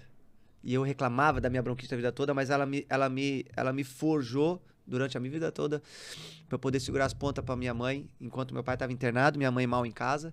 Cara, teve um dia... eu não sei como é que nós estamos de tempo, mas... Teve um dia que eu tava dormindo na casa da minha mãe pra cuidar dela. E minha esposa em casa, e meu telefone tocou na madrugada, assim, eu tava dormindo no sofá. Daí sabe quando você acorda que você não sabe onde tá? Porque eu não dormia na casa da minha mãe, eu dormia em casa. Já casado, né? Agora, 2020. Aí eu falei, meu Deus, o que tá acontecendo? Era 1h da manhã, daí a minha esposa, a Jenny. Amor, eu tô morrendo. Não sei o que tá dando comigo, eu tô morrendo, não sei o que tá acontecendo comigo. Eu preciso de ajuda. Eu falei, meu Deus, mas o que foi? Ela, não sei. Aí fui, levantei, fui no quarto da mãe. Mãe, você tá bem? Ela disse assim, tô. Meu pai internado. Ela, tô bem. Eu disse, a Jennifer, não falei pra ela que a gente tá mal. A Jennifer escutou uns barulhos lá em casa, lá, eu vou lá pra dar uma olhada, ver se não é nada, tá bom? Ela, não, filho, pode ir, tranquilo. Cheguei em casa, a Jennifer mal, cara. Mal e assim, passando mal. Daí eu acalmei, daí eu passei a minha experiência pra cá. Quanto mais nervoso tu fica, Mais falta pior de é. Uhum. Aí mediquei, calmei, fiquei, daí nós no sofá. E acalmei, ela foi voltando, ela tava um pico de adrenalina também e tal. Dormimos no sofá. Cara, era 3 e pouco da manhã, meu telefone tocando. Daí eu, meu Deus, acordei assustado, assim, o que é? Minha mãe. Filho, eu não aguento mais. Pra mim chega. Eu acho que eu não passo de hoje. Eu falei assim, que isso, mãe? Como assim? Tô muito mal. Jenny, tá legal? Tô. Lá vou eu. Na mesma madrugada, cara. Pego o carro, vou correndo, chego em casa, minha mãe tá no portão assim, cambaleando. Eu pensei, o que tá acontecendo? Mas não, vamos pro hospital, porque eu acho que eu não passo de hoje. Você tá doido, mãe? Mas por quê? Levar pro hospital era pior. Tava tudo... Sim, aham. Deitei ela no sofá, mãe, o que foi? Fiquei, acalmei ela e fiquei. Mas daí eu fiquei morrendo de medo. Cara, eu não sou médico, vai que... Sim. Vai que, sei lá. Você quer ir pro hospital mesmo, mãe? Você quer ir? A gente vai. Mas não é só um pico de estresse, alguma coisa, porque talvez a ficha caiu, meu pai tá lá. Ela, não sei, vai, então vamos. Peguei e levei ela pro hospital. E eu com Covid, cara. Então, pra subir na minha casa era escada, eu subia a escada correndo, descia correndo e vinha aquela dor no pulmão, só que eu não tinha escolha, eu não tinha outra opção senão ser o forte da história e segurar as pontas. Entendi. E fui, aí fomos pro hospital, daí a médica falou assim, cara, não tem... Tua mãe tá mais... Pode juntar nós tudo aqui, ninguém tá mais forte que ela. Ela só tá num pico de estresse e tal. Deram um calmante pra ela. Aí levei ela pra casa, ela tá muito bem, mas teu pai não tá bem. Eu falei, pá, cara, que loucura. Deixei ela descansar em casa. Aí, numa das visitas, um médico veio e falou assim, ó, cara, eu não sei se teu pai passa de hoje, cara. Na lata. Eles são diretos, né? Eles não podem enrolar também, né? Aí eu falei, ele vai passar. Ele é muito forte. Não duvida do meu pai. Mas tá. Porque assim, ó, dos órgãos do teu pai, tu tem 100% dos teus órgãos. Mesmo que tu rebente eles, tu tem uns 40% de reserva ainda. Ele falou, teu pai já arrebentou os 40% de reserva. Teu pai usou tudo, cara. Tudo. Não, mas vai dar certo. E aí a Josi, não sei se tu conheceu a Josi lá da Igreja Luz da Vida. Era uma queridona, às vezes ela cuidava da central. Claro. Aí ela me falou, Adam, Deus vai dar a cura pro teu pai. Mas às vezes a cura que Deus vai dar pra ele não é a que tu tá esperando. Aí eu falei, mas eu não quero essa outra cura, Josi. Ele disse, mas ele vai dar a cura pro teu pai. Tenha certeza disso. E aí hoje eu entendo. Na época, o pai durou mais 5 dias depois do dia que o médico falou que ele não passava daquela tarde. Ele era muito forte, cara. Ele era muito forte, cara. E aí o telefone tocou, quando o telefone toca, cara, no hospital. Meu Deus. Pra ter uma ideia, da minha casa até o Ruth, eu apaguei umas 3 vezes dirigindo. Caramba. Eu apagava, daí eu voltava assim, como é que eu já tô aqui? E indo pro hospital, porque tu fica naquela, vai ser uma notícia boa. É óbvio que não é, o hospital não te liga pra dar notícia boa, ele espera a visita, né? E aí foi a pancada. Aí quando aconteceu tudo isso, eu falei, agora deu. Chega, vou pra dentro do meu quarto. Daí eu queria me isolar, não queria mais nada, pra mim a minha vida tinha acabado ali. E eu tava no projeto de construir o campo, aquele meu campo. Uhum. E aí eu falei, cara, não quero mais. Só que minha mãe e minha esposa sabiam que eu estava no projeto do campo. Não sei como elas descobriram onde é que eu estava fazendo os orçamentos, que elas... Minha mãe chegou e pensou, vamos sair. Eu disse, não, mãe, não quero. Quarto escuro, não queria sair dentro de casa. Não, preciso que tu vá no lugar comigo e tal, só tu para me levar. Aí entramos no carro e fomos. Eu tô indo, onde é que é? Pra cá, pra lá, lá em Itajaí. Quando chegou no galpão da empresa que faz o campo. Uhum. Aí eu, que isso aqui? Não, o cara tá te esperando lá. Projeto pronto, só assinar o contrato pra ordem de serviço para iniciar o campo. Uau, falei, não vou fazer. Vai fazer. E aí assinei, daí a gente iniciou a obra do campo. Aí quando tu inicia, aí tu toma um rumo pra vida de novo, aí tu se obriga. E aí me tirou de dentro do quarto, não tive nem a oportunidade de me isolar. Não tive esse tempo. Minha mãe me tirou de lá dentro com a minha esposa e vai massa, fazer. Mano. E aí começamos. Aí mais uma porradinha, só pra não esquecer que a gente tava sendo forjado. Minha esposa chegou com um monte de coisa, eu olhei o que tá acontecendo, um balão. Eu falei, mas aniversário de quem? O testezinho de gravidez grávida. Eu falei, pá, cara, olha só, cara, meu Deus, perdi meu pai agora, mas vai vir o filho e tal. Perdemos de novo. Porque a esperança que deu pro teu pai, depois Deus te Não, na deu... cabeça, tu já viu, né? Daí perdemos de novo. E aí foi a pior de todas, que daí quando ela perdia, ela expelia sozinho, assim, sabe? E nesse não, teve que fazer a tal da coretagem. Cara, é um sofrimento. A Kelly a gente já fez cara. isso aí. Sofrimento, cara, uma tristeza. Tu olhando tua esposa assim, ó, branca, igual um giz, assim, ó, de tanto perder sangue. Cara, falei, daí foi ali onde a gente falou que não queria mais, chega. Ela voltou a tomar remédio. E daí foi ali que eu larguei. Deus. Seguinte, cara. Nessa pegada. Seguinte, cara. O que eu peço mesmo, tu não faz mesmo. Minhas vontades não quer tu. Eu queria ser jogador, tu não deixou. Eu queria ter outro filho, tu não deixou. Eu queria meu pai do meu lado, tu não deixou. Então, ó, é contigo. Tô feliz também. Não vou dizer que minha vida tá ruim. As coisas da tua maneira também têm sido bom. Então, daqui pra frente é contigo. Tu é meu pai. O pai sempre quer o melhor pro seu filho. Larguei. Faz o que tu quiser. Vou fazer a minha parte, caminhar retinho. E o resto é contigo. Só queria uma companhia pra minha filha. Não quero ela sozinha. A Jenny engravidou tomando remédio, irmão. Tomando remédio. Mas daí tu já tá ressabiado, porque, pô, já perdeu vários. Nem se empolga, né? Vamos animar nem se empolga. E vai... Daí só que eu falei assim, ó, eu sonhei. Daí o meu irmão também tinha sonhado. Eu me lembro disso. Antes dela vir com o testezinho. Ele disse assim, cara, eu sonhei, Deus revelou. Não falou nome, não consegui discernir se era menino ou menina. Mas se prepara, tá chegando. Eu me lembro disso. Para, mano. Eu me lembro. Te prepara, tá chegando. Aí veio ele, aí veio o outro. Aí eu sonhei muito real. Aí eu falei assim, ó, Deus, tá vindo, te vira. É a mesma coisa, sangramento, dor e coisa. Eu bem assim, ó, relaxa. Porque esse aí Deus prometeu. Esse Deus prometeu. E teve uma vez que ela teve um sangramento, ela chegou bem assim, ó, vamos lá pro hospital só pra tirar o que tem aqui, porque não tem mais nada aqui, não é possível. Eu bem assim, não. Deus não vai brincar de novo. Top. Porque essa ele prometeu. As outras não, as outras nenhum ele falou. Mas nesse ele prometeu. Ele me mostrou em sonho, mostrou pro meu irmão, mostrou pra não sei mais quem. Esse é a promessa. É ele que vai passar pro mentiroso. Nessa pegada eu tava. Numa intimidade tão grande já. É ele que vai passar. Aí eu falava, Deus, quem vai passar pro mentiroso é tu.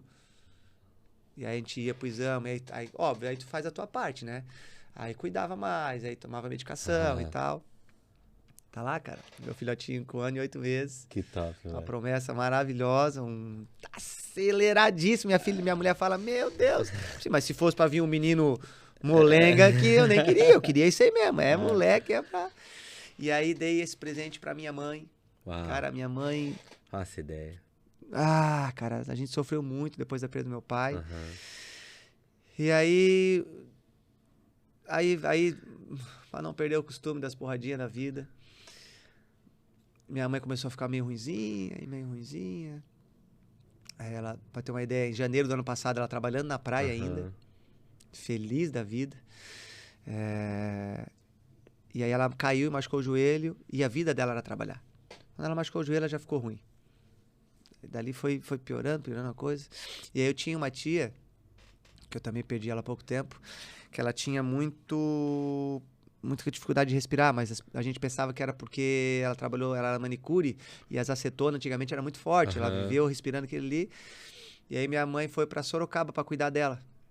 Porque ela tava muito ruizinha, ela já andava com oxigênio 24 horas.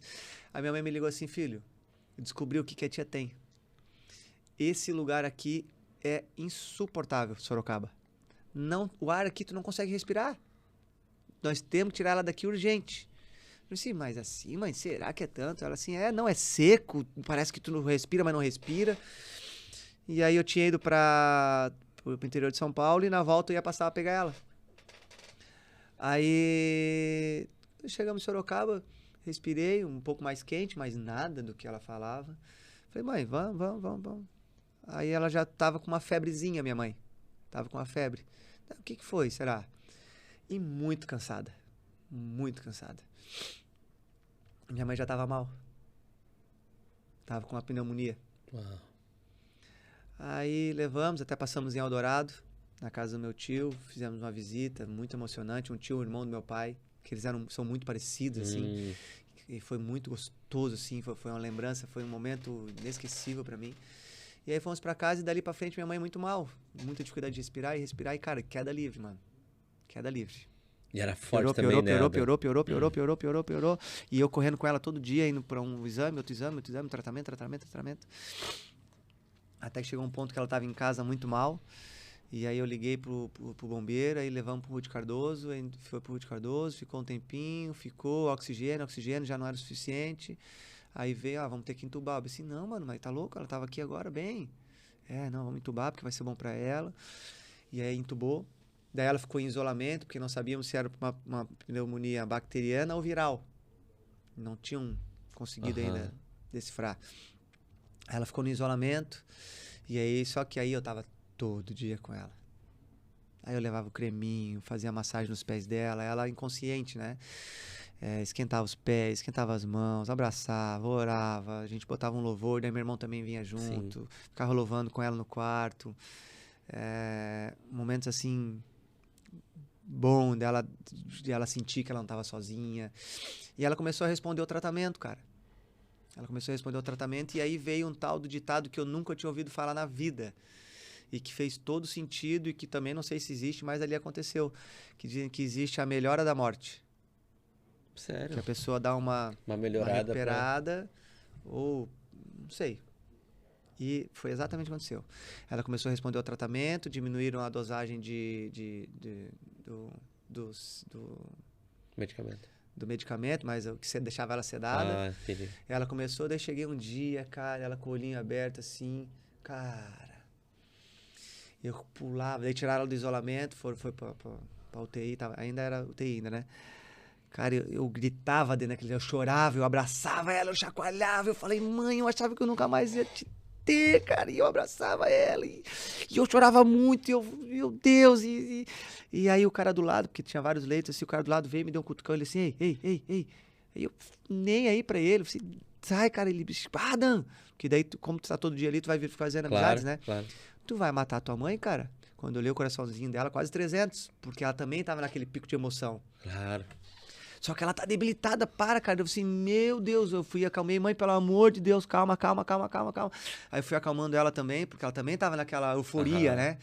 E aí acalmei ela, e aí, assim, eu tive ela por uns 3 dias, ela consciente, eu conversava com ela, eu massageava ela, eu pude fazer por ela o que eu não fiz pelo meu pai. Então tu vê que hoje eu tenho mais paz. Entendi.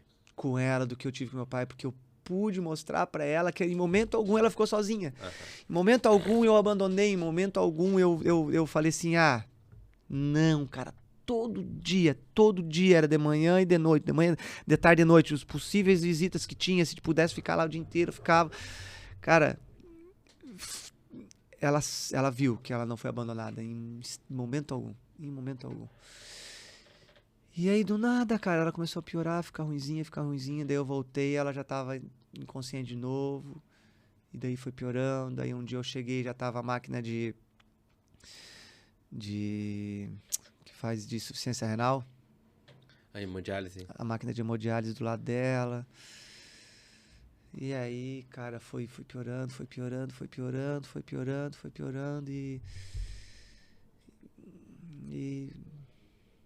E mais uma pancadinha, cara. E mais uma lambada que a vida deu. Mas ela sempre falava, ela era muito ativa, que se fosse pra ela ficar limitada numa cama, ela falava, ela usava minha tia como exemplo. Se for pra eu ficar andando com canudo de coisa no nariz, eu preciso morrer, eu não quero. Então, no final, ela...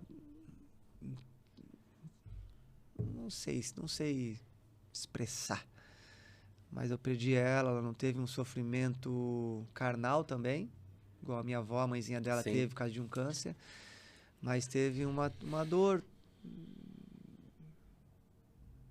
emocional. Mas eu acho mais top disso aí, top não tem, né? Mas o melhor desse contexto aí, mano, é que ela viu vocês bem pra caramba, mano. Não tinha uma conversa que ela não falava do orgulho que ela tinha dos filhos, cara. Entendeu?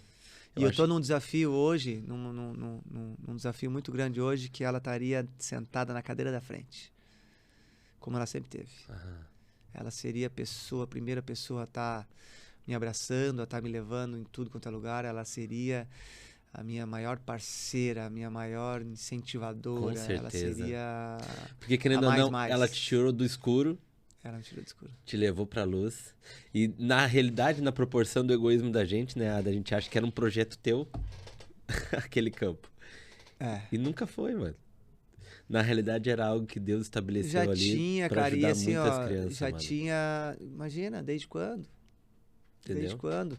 E as coisas foram acontecendo, aí tu vai começar a ligar uma a outra, aí tu começa a entender. Mas é óbvio, é igual tem um ditado que diz que Deus escreve certo por linhas tortas, né? Nós que não sabe ler, cara. É bem isso. É nós que não sabe ler. É verdade. A gente não sabe ler, a gente que não sabe interpretar, a gente que não É. sabe. E vai continuar não sabendo, porque as coisas tu vai entender com o tempo. Tu não vai discernir naquele momento, porque naquele momento tá doendo, naquele momento tá machucando, naquele momento tá te moldando, tá te forjando, como ferro no fogo, doendo, quebrando. E as porradinhas trouxe estrutura, né? E aí ele vai te forjando para te deixar cada vez mais firme, mais forte, para daqui a pouco os desafios que vêm, tu passa de letra e tu não percebe por que tu passou de letra. Aham. Tu passa de letra porque tu passou coisa pior antes, cara. A primeira pesca de Pedro, ele pesca, né? Mas ele pula do barco pra botar os peixes dentro.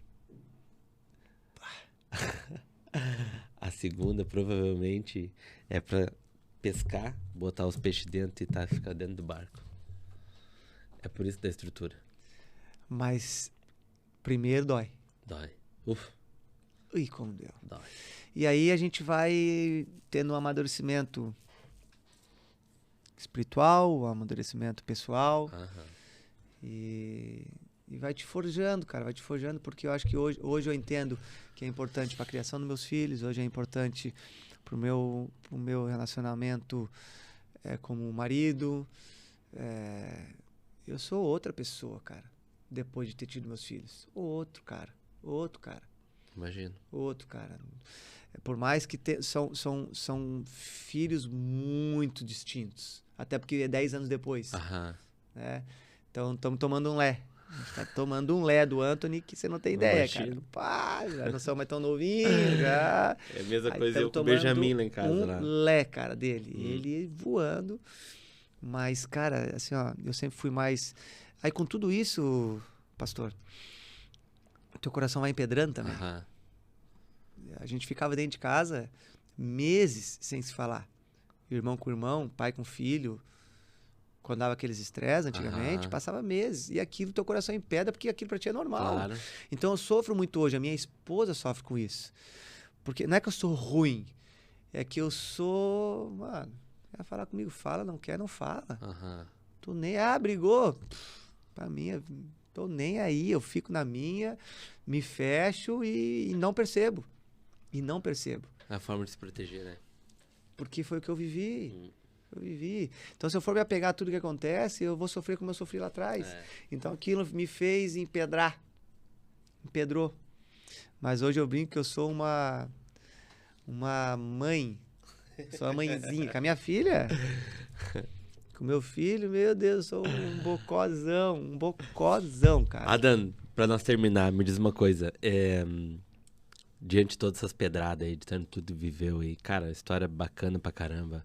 O que temos de projeto? O que Deus tem alinhado na tua vida? O que tu tem sinalizado Cara, aí, de principalmente fazer aquele trabalho que Deus já te dito lá atrás, né? Que tu a tanto gente encabeçou de não tá, fazer. a gente tá já trabalhando com criança já há 14 anos, já somos adolescentes. Meu filho faz Já parte. somos adolescentes. Hoje, do nada, em meio a uma loucura que tá a minha vida, nesses últimos dias, surgiu a oportunidade de ser coordenador das categorias de base do Camboriú. Top, mano. Quando eu vi, eu tava domingo retrasado, com quase 500 meninos no estádio Robertão sendo avaliados para fazer parte das categorias de base Sim. do Camboriú. Cara, era um mar de moleque, era muito menino, você não tem Imagina. ideia. E E algo que a aquilo gente ali, viveu olhando lá assim, eu atrás, falei né? assim, meu Deus, cara, o que eu queria que fizessem por mim, eu tô Top. fazendo por eles, cara. Legal. Olha a oportunidade. Por isso que eu falo assim, ó, oportunidade é comigo mesmo. Fiz um videozinho e ainda brinquei. É, oportunidade? Vem comigo, é comigo mesmo. Deixa pra mim que se falar de oportunidade pra criança, pra jovem, pra adolescente, pode me procurar. Top. Nós vamos dar um jeito. Então a gente tá com esse desafio mais novo. Hoje eu não tô conseguindo me dedicar muito ao Camboriú ainda, porque eu tô com outro projeto, com uma outra loucura que dá na cabeça da gente, que é no intuito de alçar voos mais altos, porque eu vi que eu desenvolvo um projeto no tabuleiro, que atendo Monte Alegre, o Conde, o bairro dos municípios, mas e por que a gente não pode bolar e alçar voos mais altos para atingir Camboriú todo? Cidade inteira. Né? Barranco, São Francisco, no caso, né? Então, pro lado de cá, aí tu começa a pensar um pouco mais amplo, né? Tu ganha Sim. capilaridade, aí tu começa a olhar macro, não... Estava Sim. trabalhando micro, né? Sim, Na sim, minha região. sim. Já dá pra gente pensar num macro. E, cara, eu vejo hoje como uma oportunidade de ser macro de verdade. De romper limites e fronteiras. Eu acho que dá para não ficar só em Camboriú, mas um primeiro passo está em Camboriú. Eu acho que daqui a pouquinho a gente está em Santa Catarina, daqui a pouquinho a gente está no Brasil. Top. Nessa visão de oportunidade, nessa visão de inclusão social. Porque quando a gente fala, vai lá para a escolinha de futebol aprender a chutar uma bola, cara, o futebol ele vai muito além. Hoje eu sou o que eu sou porque o futebol me ensinou a ser assim. Sim. O esporte ele te torna um cara mais competitivo, ele te torna mais incisivo. A derrota dói. Às vezes a gente perde um jogo lá, tem menino que sai rindo e tem menino que sai chorando. Aí, não, levanta a cabeça. Eu pensei, não. A derrota tem que doer. Tem que ter o luto, né? Se a derrota não doer, não tá errado. Se você perdeu e saiu bem, nós estamos criando um perdedor. Tu tá te acostumando a perder, cara. Não, a derrota tem que doer. Porque tu tem que saber que tu não deu o teu máximo ali. E se tu deu o teu máximo e perdeu, o teu máximo não é o suficiente. Tu vai ter que superar o teu limite. Então é essa a pegada que eu tenho que passar para os meus meninos, porque é isso que eu tenho para minha vida. E te ensina a levantar a cabeça no outro dia. Pronto, porque tu te obriga, mas eu perdi. Tu perdeu porque tu não deu o teu melhor, cara. É isso aí, vamos de novo. Tu perdeu porque o teu melhor não foi suficiente. Seja melhor do que tu ultrapasse os teus limites. Sim. Que é o difícil, que é o superar. E onde é que tu vê isso? No esporte, cara. Eu tenho exemplos que é o esporte e o militar. Cara, ele tem nível de disciplina, né? Uma disciplina, cara, e um foco. O militar ainda muito mais que o esporte. Muito mais, porque eles vão até alcançar a excelência. O esporte vai até o teu limite, aí tu ultrapassa o teu limite e aí tu começa a encontrar caminhos melhores para fazer o que tu não conseguiu fazer. Sim. O militar não, é daquele jeito e tu vai fazer daquele jeito. Então, e isso te forja pra tua vida. Então, hoje eu sou assim, cara, se a gente brincar de par ou ímpar aqui, pastor, eu perder e eu fico louco, tu joga a bola comigo, tu vê como é que eu sou na brincadeira, né? Eu sou não vou nem falar nada muito competitivo, cara, muito. Não é só no futebol daí. Eu sou competitivo nos negócios, eu sou competitivo dentro da minha casa. Daí a minha filha tá igualzinha e óbvio que o meu filho vai ser igualzinho, porque o esporte me deu isso, cara. Eu vou tentar ser o mais breve possível. Hoje é um alto índice de tentativa e suicídio nos jovens. É altíssimo, cara. Porque eles estão nisso aqui, ó. Numa vida virtual, joguinhos, que tu tá indo mal no joguinho, tu aperta um botão, tu começa de novo. Te dá vida. Assim. Então eles não se frustram. Hoje o pai, vou dar pro meu filho o que eu não tive, tá errado, cara. Se tu der pra ele sem a meritocracia, ele vai ser um acomodado. E aí quando lá na vida não vai ser assim.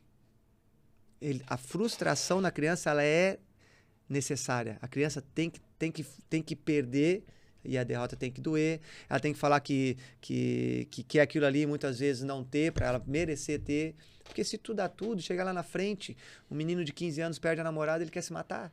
Porque ele não sabe o que é perder. Aham. Ele não sabe lidar com aquela situação que está na frente dele. Aí ele vai lá para uma disputa de emprego e ele não consegue um emprego, ele quer se matar. Ele vai para o mundo das drogas, ele vai para um mundo paralelo, ele vai se internar num quarto para jogos virtuais, onde ali ele é feliz. Então, não é só levar o teu filho para chutar uma bola. Não é só levar o teu filho para botar um kimono e lutar, jogar um vôlei, jogar um basquete, andar de bicicleta. É ele entender que perder dói, é ele entender que perder faz parte da vida. Uhum. Não vai ser só vitória. E isso vai preparar ele para um futuro, vai preparar ele para um possível... uma possível derrota no emprego, uma perda num relacionamento. Um concurso. Num concurso, ele vai saber lidar com aquela situação. E hoje o jovem não sabe, cara. Hoje o jovem não sabe. Ele não sabe lidar com a frustração. Ele vai para o mundo... E agora? Vão me matar. E a depressão. Tá depressivo dentro de casa. Então o esporte, cara, ele salva muita vida nesse caminho. Sem falar na prevenção, né? Sem falar na prevenção. Isso é verdade. Prevenção que vai moldar o menino pro futuro. Né? Isso, a gente começa a ligar um assunto no outro, Quando eu comecei na Igreja Luz da Vida, quando eu comecei na Igreja Luz da Vida, nós atendíamos de 80 a 100 crianças. A igreja tinha um custo conosco de R$ 1.800. Eu ganhava 600, eu trabalhava em construção civil, ganhava muito bem, larguei tudo para ganhar R$600 por mês, porque 1.200 era o aluguel do campo e 600 era para mim. R$ 1.800 nós atendíamos de 80 a 100 crianças para prevenção. Na mesma época a igreja tinha os filhos de Israel lá, centro de recuperação, lembra? Não me lembro se ele chamava de interno ou paciente, passava de R$3.000 cada um. Então olha só, 1.800 atendia 80 crianças, R$1.800, atendia 80 crianças, e para atender um paciente lá era mais de R$3.000. Isso foi até um trabalho no meu TCC, da faculdade que eu fiz de Educação Física. Então, assim, eu não vou me lembrar, precisar números, mas eu coloquei a porcentagem de sucesso na prevenção e a porcentagem de sucesso na prevenção, e o alto custo. Então, um interno lá, R$3.000, sendo que a cada 10 internos que tinha, eu acho que 3 conseguia terminar todo o tratamento. E às vezes nenhum ficava em pé. E desses 3, 2 tinha recaída nos primeiros 3 meses. E um que ainda ficava um pouquinho mais, aguentava. Então, olha o alto custo que tinha para atender 3.000 e o baixo custo que nós tínhamos para atender 80 crianças. Então, a prevenção ela é muito mais lucrativa, muito mais assertiva do que depois tu ter que investir. Porque tu pega o nosso sistema carcerário hoje, é um fracasso. O cara entra lá que roubou um celular, ele sai de lá um chefe de quadrilha. Sim. É uma faculdade, cara. Então, o nosso sistema carcerário, ele é falho, ele é falido, ele não recupera, ele piora, o cara sai pior de lá. Dependendo da situação, sim. Sai pior. Então, a gente tem que trabalhar muito nessa parte de prevenção. Por isso, essa situação que eu cito de alçar voos mais altos, cara. Amém. De querer ampliar esse trabalho, de não ser mais micro, mais macro, começar a olhar um pouquinho maior. Daqui a pouco a gente abraça Camboriú, daqui a pouco a gente está abraçando Santa Catarina. Não que serei eu o Salvador, porque já existe inúmeros projetos assim, mas ser mais um parceiro para essa galerinha. Eu coloco como amigo da criança. O cara que não gostava de criança virou um amigo da criança, virou o maior defensor dessa parte. Além da inclusão social, que hoje eu tenho no meu projeto lá, menino que tem dinheiro que eu não tenho nem ideia, o tanto de dinheiro que tem, como eu tenho um menino que ele não mal e mal faz 2 refeições no dia. E ali eles têm o mesmo tratamento. Isso é uma inclusão social, cara. Isso traz um menino que tá usando ali uma esteira de R$1.000 e o outro tá usando um tênisinho velho, que é o que ele tem para usar. Então essa convivência, esse choque de realidade é muito bom para ambos. É muito bom para ambos. Te traz opa, caramba. E perceber que nenhum enquanto eu tô morando lá na frente da praia, tem outro ali que mal e mal tem um teto. Ele começa a valorizar. Então, é o esporte, gente. O esporte, ele abre leque, assim, ele abre possibilidades absurdas. Então, é esse meio que eu ando, é essa bandeira que eu levanto, é essa minha briga. E é isso que eu sou apaixonado, cara. Porque o esporte traz tudo que eu sou hoje, tudo que eu tenho, tudo que eu terei.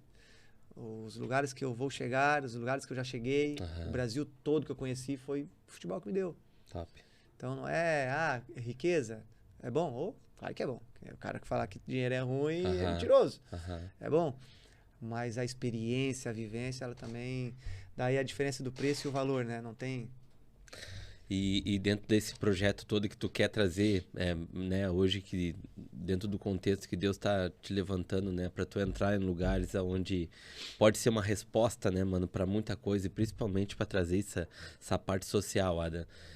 Tu vai trazer esse contexto para apresentar pro povo aí, pro pessoal te ajudar a entrar lá dentro? Cara, é uma situação muito delicada, né? Nós que temos essa caminhada cristã, você tem que pisar em ovos, assim, tem que andar Isso que é o difícil, né, mano? no sapatinho, porque misturam as coisas. Já deve ter percebido, eu estou evitando ao máximo citar qual é esse projeto que eu tô inventando de entrar agora. Porque confundem, cara. Confundem, e eu não julgo confundir, porque até então, tudo que passou por ali decepcionou. Falaram muito. Decepcionou. Então eu falo uma situação que eu tenho nas reuniões que eu uso, trazendo para um lado espiritual, onde eu cito que a escuridão, ela nada mais é, indo para a física também, do que a ausência de luz. A escuridão é a ausência de luz. Se o ambiente está escuro, seja luz. Se ali está a podridão, entra para limpar, entra para fazer a diferença. O nome do nosso projeto que eu tinha da Escolinha de Futebol era o Projeto Sal da Terra. Então, dos temperos que existem no mundo, o sal, ele não é temperado, ele tempera. A ausência dele é sentida. O excesso dele também é sentido. Mas ele, na pitada certa, ele faz a diferença. Então, onde se diz você ser sal da terra e luz no mundo? Porque você tem que iluminar onde há escuridão. Por que tem que ser luz? Onde está escuridão, tu tem que ser luz, cara. A gente tem que vir para ser luz. Então, é difícil, é um desafio grande. Principalmente nesse meio onde nós vamos entrar. Eu tive uma decepção há 4 anos atrás, onde entendo hoje que foi um dos processos que eu tive na vida, processos dolorosos, porém necessários para um propósito maior. Amém. Né? Então, muitas vezes os processos são dolorosos, a gente não entende, mas lá na frente vem um propósito que tu entende. Todo aquele processo doloroso foi necessário para esse propósito maior que está acontecendo na minha vida. E eu entendo que, como daqui para frente, desde 2020 para cá, onde foi as porradinhas que eu tomei, Deus... É contigo. Tá contigo. E é cômodo pro cristão. Claro. Se deu, era a vontade de Deus. E se não deu, é a vontade de Deus também. É porque Deus tem coisa melhor pra minha vida. É isso aí. Então daí tu fica nessa, não deu certo, óbvio, dói. Claro. Pô, por que tu não queria também, cara? Ia ser tão legal. Mas é porque ele tem coisa melhor. É isso aí. Então isso acaba sendo cômodo pro cristão, né? Você, óbvio, faz a tua parte, caminha retinho, se esforça, levanta da cadeira, não fica esperando cair do céu, mas os planos dele, os planos dele são infinitamente maiores e melhores que os meus. Porque o descansar em Deus é isso, né, mano? É tu fazer a tua parte, até aqui é comigo, daqui pra frente. Eu tô fazendo, mas mostra pra ele, eu tô fazendo, eu tô correndo, eu tô lutando, eu tô brigando, tô firme. E sempre colocando o Senhor na frente. Porque a gente sabe que toda honra, toda glória tem que ser dele. É isso aí. Eu cheguei aqui sozinho? Não, cara. É isso aí. Não. Tudo foi pecinhas de quebra-cabeça que foram acontecendo, foram juntando uma na outra, pra gente ir chegando e no final tá sendo possível essa situação de alçar voos mais altos. Amém. Meu mano, cara, quero te agradecer. Adam, foi top demais. A gente agora entende um pouco, principalmente eu, que a gente hoje tem, né, uma vez por semana, né, um momento de juntos, a gente joga uma bola, né, e vive um pouco daquilo que a gente foi o nosso sonho lá atrás, de uma forma, né, mas hoje a gente entende, assim, né, cara, que tudo aquilo que Deus tem colocado nas tuas mãos, e principalmente também te dando algumas direções, a gente entende o porquê. Porque sempre tem uma raiz, né, mano? E essa raiz, ela nunca é um negócio de spa. Ela nunca vem de um momento de tirar sol, praia.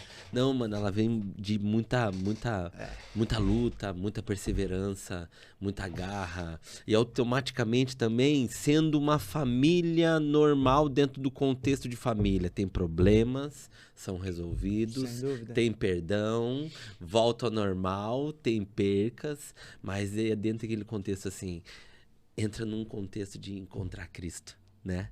Que eu acho que é o principal, né, mano, na vida de vocês. Eu não acompanhei o mais velho, né? Não tive, Sim. né? Tive um pouco momento de conversa com ele. Hoje ele mora em Portugal, Portugal, né? É um cara que dá pra ver que veio pra cá e veio, acho que só pra um contexto também de ver a mãe, né? Sim.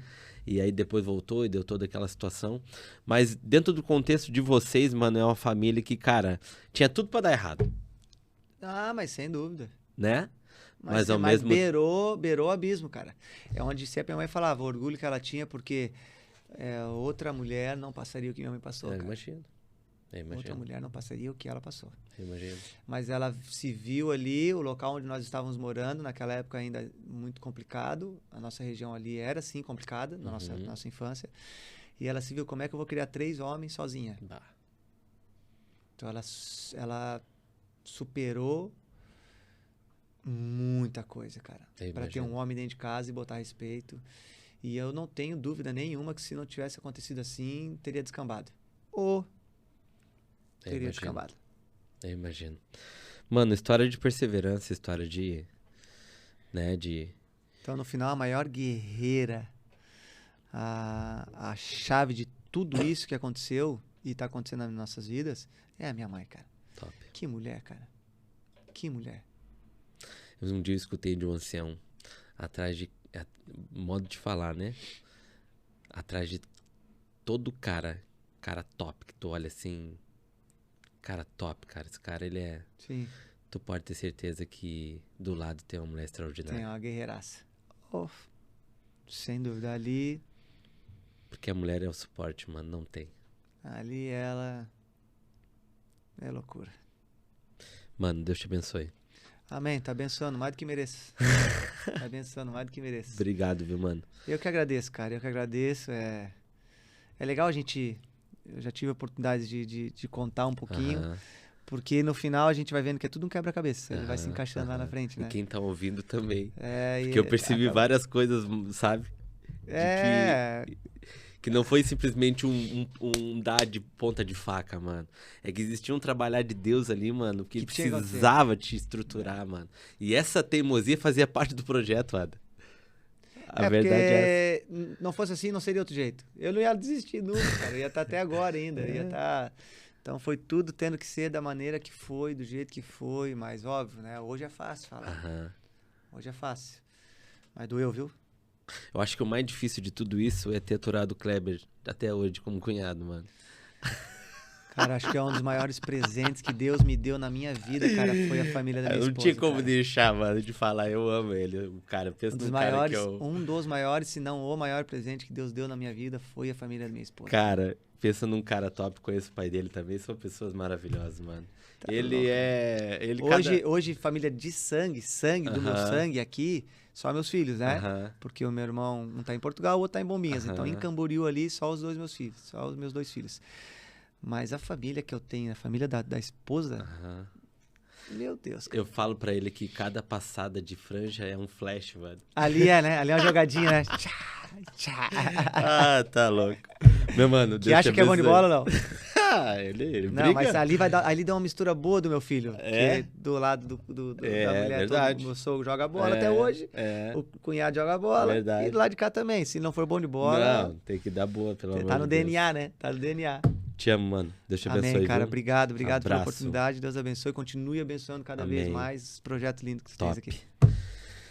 Gente, pessoal, mais uma história incrível, né? Aí a gente percebe a importância que diante dos percalços da vida, diante de tudo aquilo que a gente vive, e muitas das vezes a gente entra em parafuso porque a gente não entende tudo tem um porquê, gente.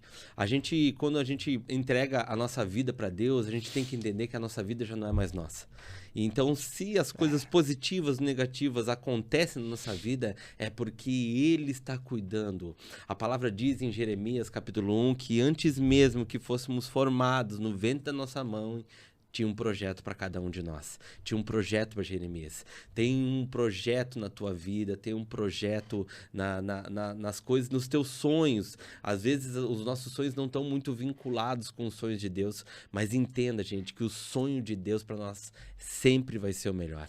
Então, que hoje com essa história, hoje com o professor Adam, de tudo aquilo que ele viveu, de tudo aquilo que sabe, Deus levou ele, chegou muito perto de realizar o sonho, mas não era o projeto de Deus. O projeto de Deus era usar a vida dele para abençoar vidas, estruturar crianças. Então, de repente, hoje você está encabeçando em algo que você não está conseguindo, não está dando certo. Recalcule a rota. Pare um pouco. Fale com o Senhor e pergunte para Ele se verdadeiramente você está no centro da vontade dEle. Porque é impossível a gente estar no centro da vontade dEle e não ser abençoado e não abençoar outras pessoas. Deus abençoe a todos. Maquir Podcast.